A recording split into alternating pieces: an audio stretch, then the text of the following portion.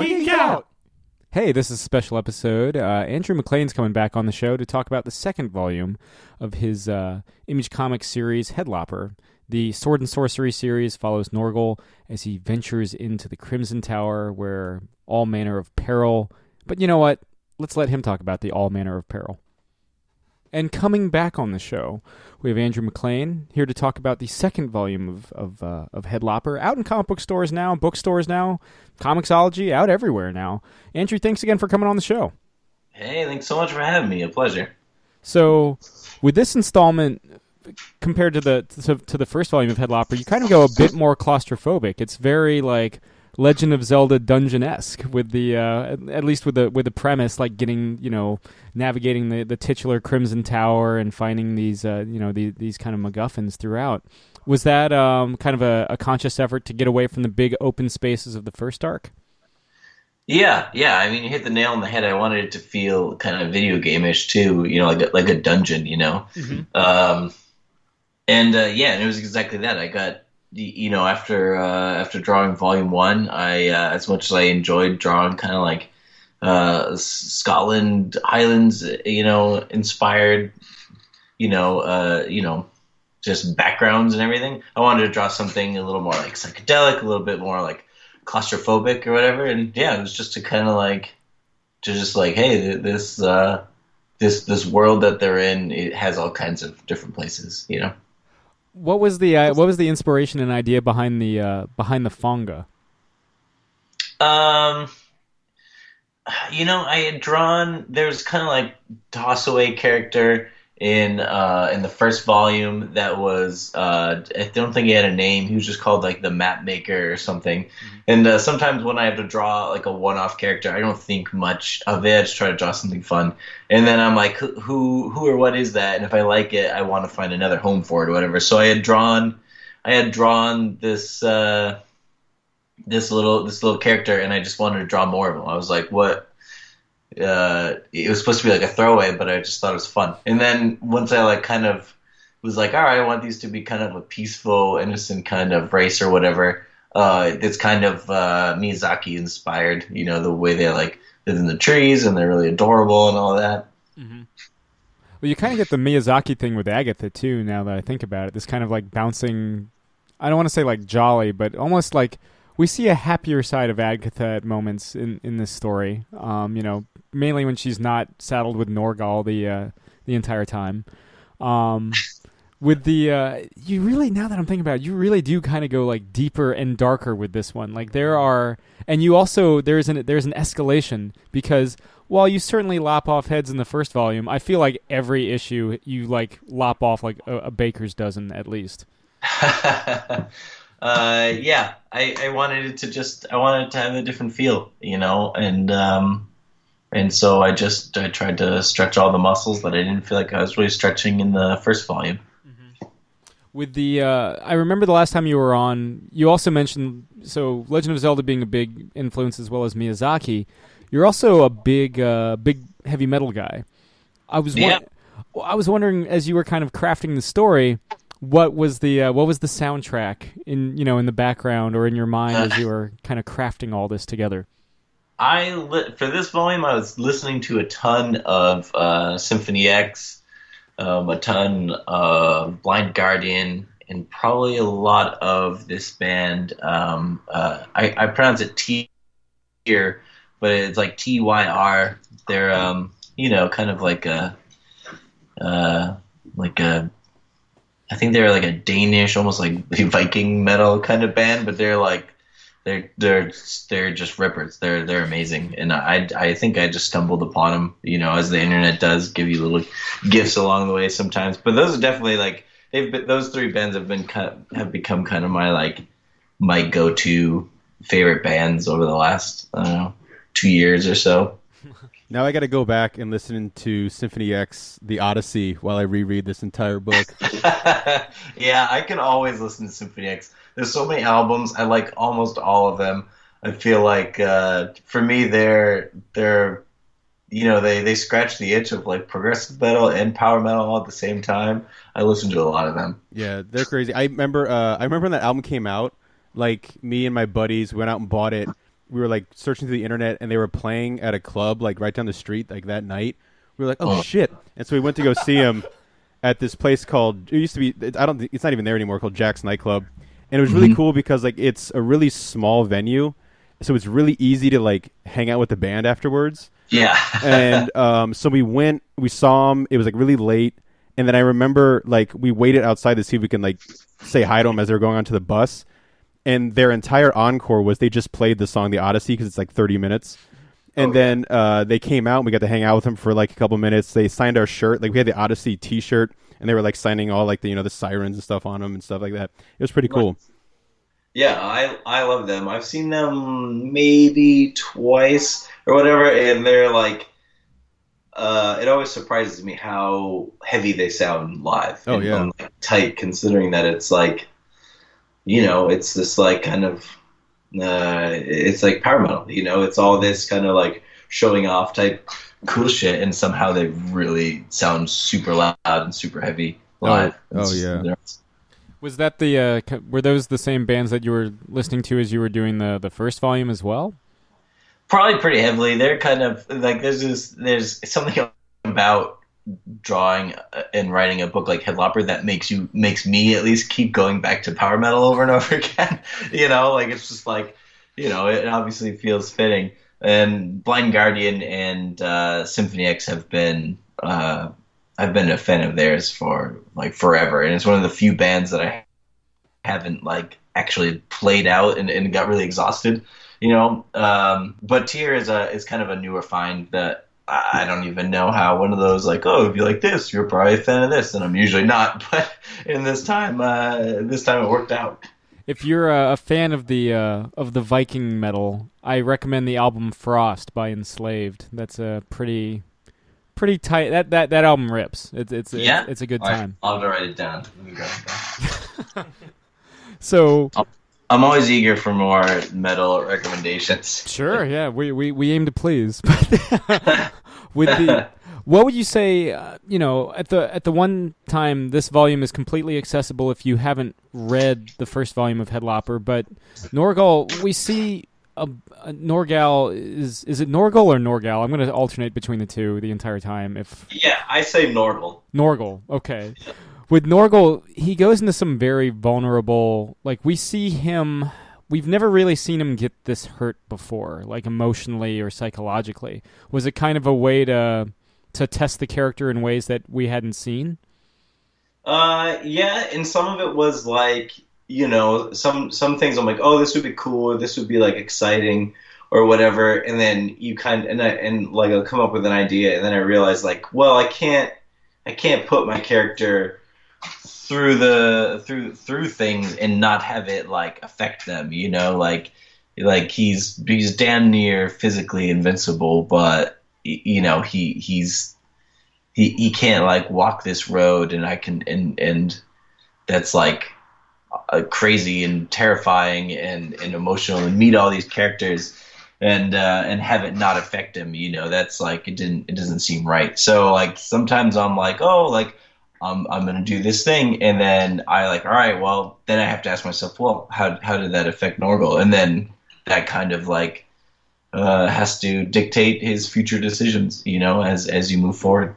There's a couple shots in this volume where it's just Norgal. Like you don't even necessarily see his face; you just see a tangle of hair and like eye shapes, like beyond that. And yet you can tell exactly how he's feeling or thinking. Like he's not just like a super ripped like Cousin It. Like there still is that nuance and emotion behind that tangle.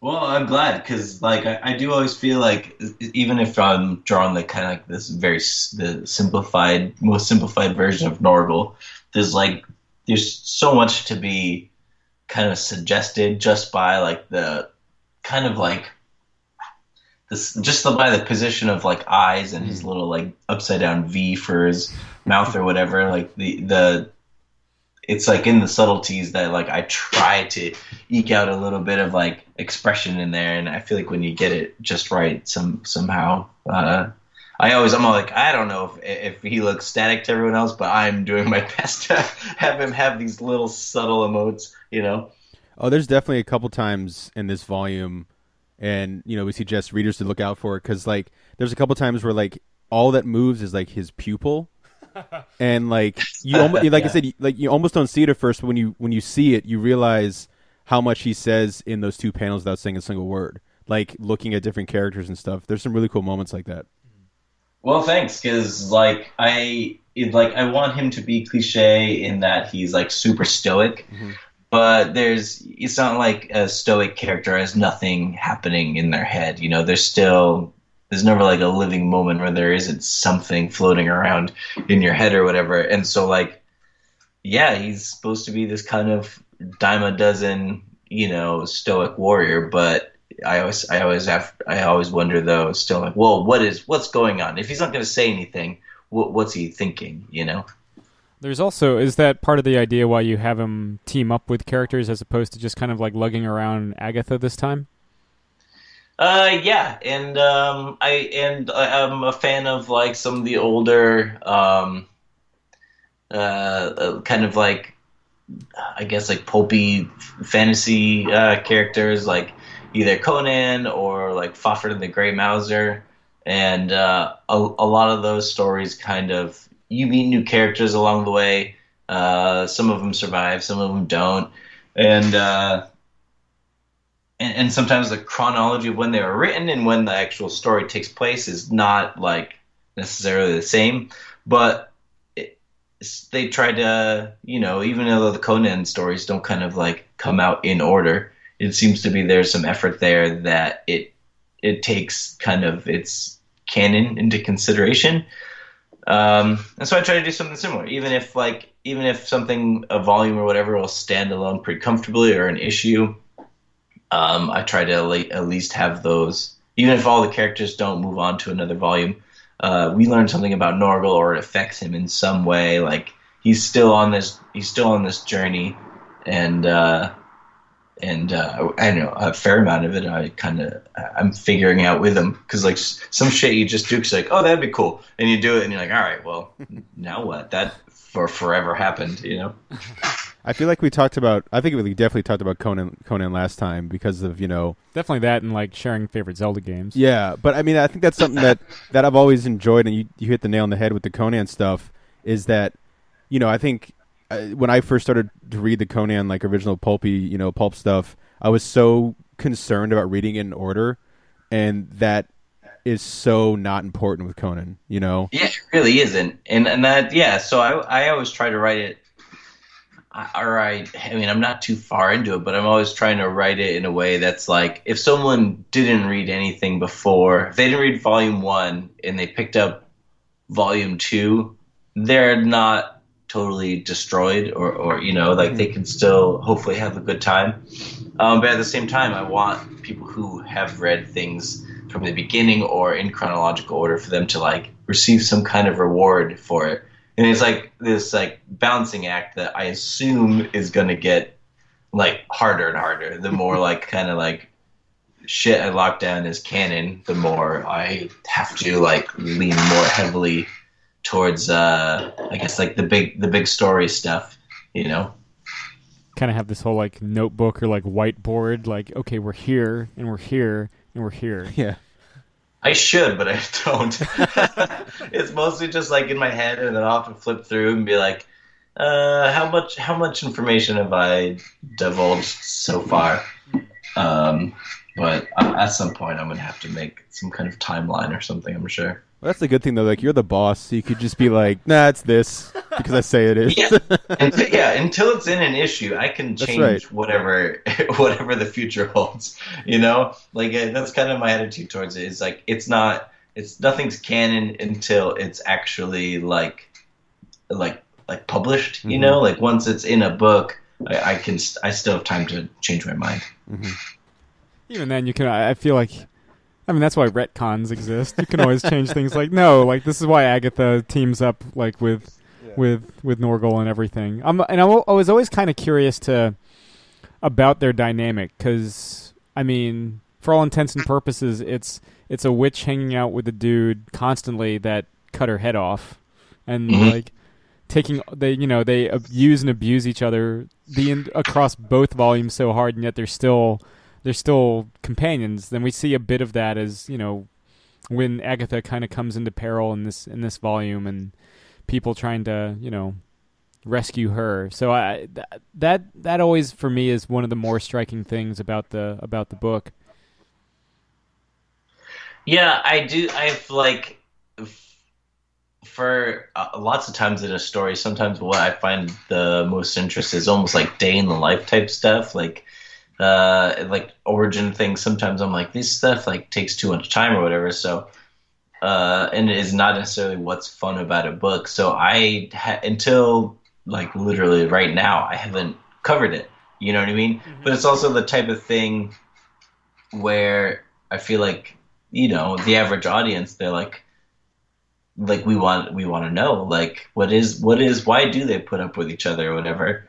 And it's stayed, my idea of like all that has stayed pretty static, and I've tried to just kind of like hint at it slowly. But I feel like anyone who's like going to be sticking around to read volume 3, they've kind of stuck around long enough to just find out why they bother hanging out or whatever. Mm-hmm. So in volume 3, I do give a kind of like an origin. Like we'll see the scenes of the beheading and the kind of like reason why they bother putting up with each other. Not that Agatha really has much of a choice, but why Norgal at least feels responsible for her.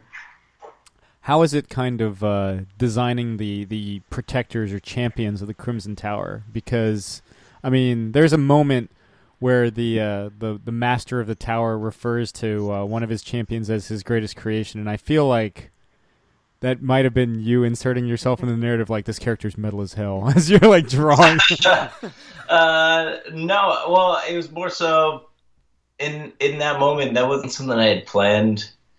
That was something I came up with like in the art stage, and it wasn't even in the script or anything like that. But it just felt like I didn't myself see. Although I do terrifyingly do sometimes get to. Sometimes I do find it alarmingly easy to write for the villains. I'm just like, oh my god, why is it so easy to come up with like the terrible shit they say? But in that like particular scenario or whatever, I picture like Ulrich as almost like a puppet master in a way, or like almost like some kind of artist, and so he's just really proud to see, like we also like sit around and wait for like the entire second volume to see Berserker in action. Like I set Berserker up as one of the main bad guys, but we don't see Berserker swing a sword until close to the end. So I like the idea of even Ulrich being like, yeah, I did a good job when I built that one. Yeah. There's a definite payoff because that character, Berserker, definitely has a presence across all 4 issues. Just like this hulking, strong, silent, heavily armored. And again, to go to the Zelda influence, they always kind of go with that eye imagery because there's that singular eye that Berserker has. And I mean, the entire crux of the Crimson Tower, the characters are going for the crystal eyes to kind of progress deeper into the tower. So nice. I mean, it was just like getting to all that. I was like, oh my god, like, because and we said as much last time. Like, Zelda's my shit. Like Zelda, like that's my favorite. That's my favorite video game of all time. And yeah, too. That and Metroid. And for me, there's no secret that like the fact that Berserker's kind of like big, spherical shoulders come from like a Metroid kind of inspiration. I just love those. I love Samus's giant circular shoulders. It's so iconic. Yeah, the this is a deep cut. The Chozo suit. Oh yeah. When you were mentioning you wanted to go a little darker, a little stranger, a little more psychedelic with this volume, did you kind of use those video games as reference when you were working with Jordy on colors? No, not so much. Uh, it kind of worked out great because where I wanted to go, it was really interesting. Like what I wanted to do with Volume One, I feel like really played to Mike Spicer's strengths. His like use of kind of like muted tones and like grays and greens are his jam, like right in his wheelhouse. And at the same time, George is really great at kind of like brighter, kind of like thematic. Like she's good at really good at thematic coloring. Um, and so I just told her like, look, I want each one of these worlds kind of there's like the sub rooms to like collect the crystal eyes in volume two, and I just told her I wanted those kind of realms to be thematically match the eye that went in there. So like the little world that's I think it's in issue 6. It's all snow. It's all frozen. That was like the blue ball, or the blue eye or whatever. So that's all I told her. And like in my head, sometimes I'd be like, oh, like the world that like Zania and Twerple go in issue 7. I just told her I was like, I'm thinking pinks and heavily purple, but pinks and purples.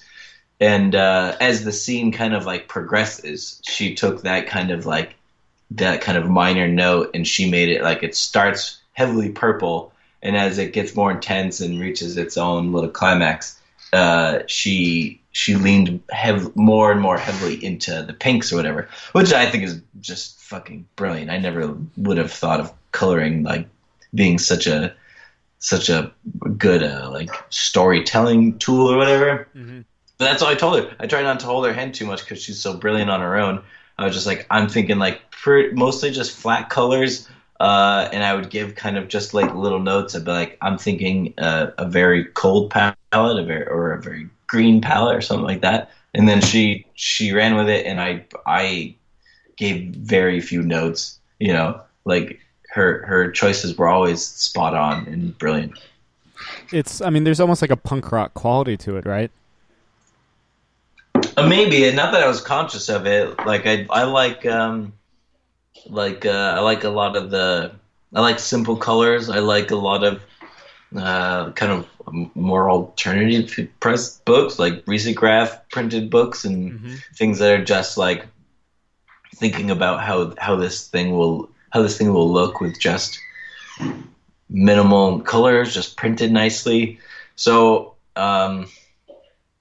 Yeah, I mean, maybe that's where that vibe comes from, but I just think it looks nice. And I also feel like it's a little bit like retro feeling to go with like mostly flat colors. It's just, I don't know. It's like, and it feels less digital somehow. I don't know, it feels like a little old schooly. Yeah, it's kind of like a do-it-yourself aesthetic. Yeah, exactly. Yeah. So Sam and I here, like we help volunteer at the image booth, at cons and stuff, and Nice. and Head Lopper is one of our favorite books. There was one dude that called it Head Lopper, and I was just like, yeah, it's right here, buddy. He's loping heads. I get all these different variations, but I don't have to correct people, so I just let them roll with it. Oh no, he still got the book. But as far as he knows, it's Head Lopper. Yeah. I get sometimes because the font is silly or whatever. Sometimes I get Hero Looper, and I'm like, Hero Looper. And I'm like, that stuck in is time. thematically a little different sounding, but hey, sorry I chose such an awkward font for you. It's not your fault. It's like, but it's one of our favorite books to like sell to people because they'll be like, "Oh, Head Lopper, what's that about?" And I'll be like, "Lopping heads." And then like, I'll put it like literally. I don't have to say much because like talking about the colors, like I'll put it on the table, and it's it's that nice big thick, the thick volumes, and like I'd flip through, and really just that from the first volume where the dragon gets its head cut that's off? the thing. Like I'd flip through I'd flip through the book, and they'd be like, "Oh my god, the colors! Like you don't expect." Some of these colors in like a lot of the more like medieval kind of like Conan looking things, you're thinking like really dark and all those kind of colors. We have some kind of expectations. Yeah, well, and like they're kind of like, oh shit, it kind of like catches them like, whoa, what's this? And then like Sam was saying, I always flip really early on in that first issue where he cuts like they have like you have that great moment where like the sea monster like has the question mark like the fuck? And then like am I just dying? yeah am I dying? And then just lops the head off, and that always gets a laugh. So yeah, it's your work is very easy to sell because I don't have to say much. You just show them the book and they're like, oh shit, this looks awesome. Yeah. Well, thanks. That's kind of what at least originally what I was going for. I was like, I wanted this thing to just be kind of like fun and like simple and like a little bit nostalgic and familiar, but it's the stuff that happens kind of in between that initial idea, like when you think of like a fantasy or something or whatever Head Lopper conjures in your mind when you hear that title or whatever. Mm-hmm. I hope what makes it interesting is like it's the stuff in the middle. It's not just like the surface stuff. Oh yeah. I mean that's the thing that like I think Sam and I always enjoyed when we sell books to people, because like you catch them with like if you're like fishing for the customers, you catch them with all that stuff on the surface, but they're gonna go back and they're gonna read deep into it and be like, holy shit. And I think that's something, especially with, like Sam was saying, with Volume 2. Like, Volume 2 doesn't pull any punches. There's a lot of stakes there. There's some really serious, emotion, emotion to it. So I think that's something that I think people have to look forward to. And like you said, even if someone did just pick up Volume 2, they could dive right into it and enjoy the book for what it is. Well, cool. Thanks. Now, Andrew, I don't know if you recall, but something we ask everybody that comes on our fine program, what are you currently geeking out over? What am I geeking out over? Let's see. Let me think about it. Oh, you know what I'm geeking out over? And it feels silly because I do spend a lot of my reading kind of going back over stuff that I missed. There's so many comics out there. I don't read a lot of modern stuff coming out. So I've been geeking out over the character designs in the manga Berserk. I am so jealous of that book. I am so jealous of some of those characters. All these like snake demon gods and all this stuff. I'm like, Jesus Christ. I wish I could come up with half of it. It's one of those times you're just jealous of someone else's ideas, Remember, it's not ripping it off if it's an homage. Yeah, that's right. If someone calls you out, you're like, homage, man, homage. Yeah, it's been the Tarantino defense for years. You know what? I like an homage. I'm all for it. Where can we, speaking of Volume 3 and that sort of thing, you tease that'll be back this fall. What can we expect? It hasn't been solicited yet, but what and maybe when can we expect a future volume and an issue 9 of Head Lopper? Yeah, so the Volume 3 arc and with issue 9s will come out in September. And I'm really trying to bring it to a whole new kind of place. It really changes things a lot. It kind of like leans heavily into a grander design kind of thing. I'm trying to make it kind of like a bookmark volume in the series. And visually be different too. I want it to be Volume 1, like you said. Volume 1 is very like expansive visually. Volume 2 is very kind of claustrophobic. So I feel like a very fantasy-ish thing that I haven't done yet, which I don't know, I can't avoid for too long, is two things, which I'm not excited to draw, but it happens. It takes place in a city. Like, it takes place pretty much all in the city of Venoria, and so it's so visually there's like claustrophobic holes, but then there's also the entire city and kind of like the government of this like city state comes into play. And then also war. There's I haven't drawn like war yet, so I want to draw a lot of battles on walls and in battlefields. Like, Norgal has been, pretty nomadic, sellsword type assassin so far.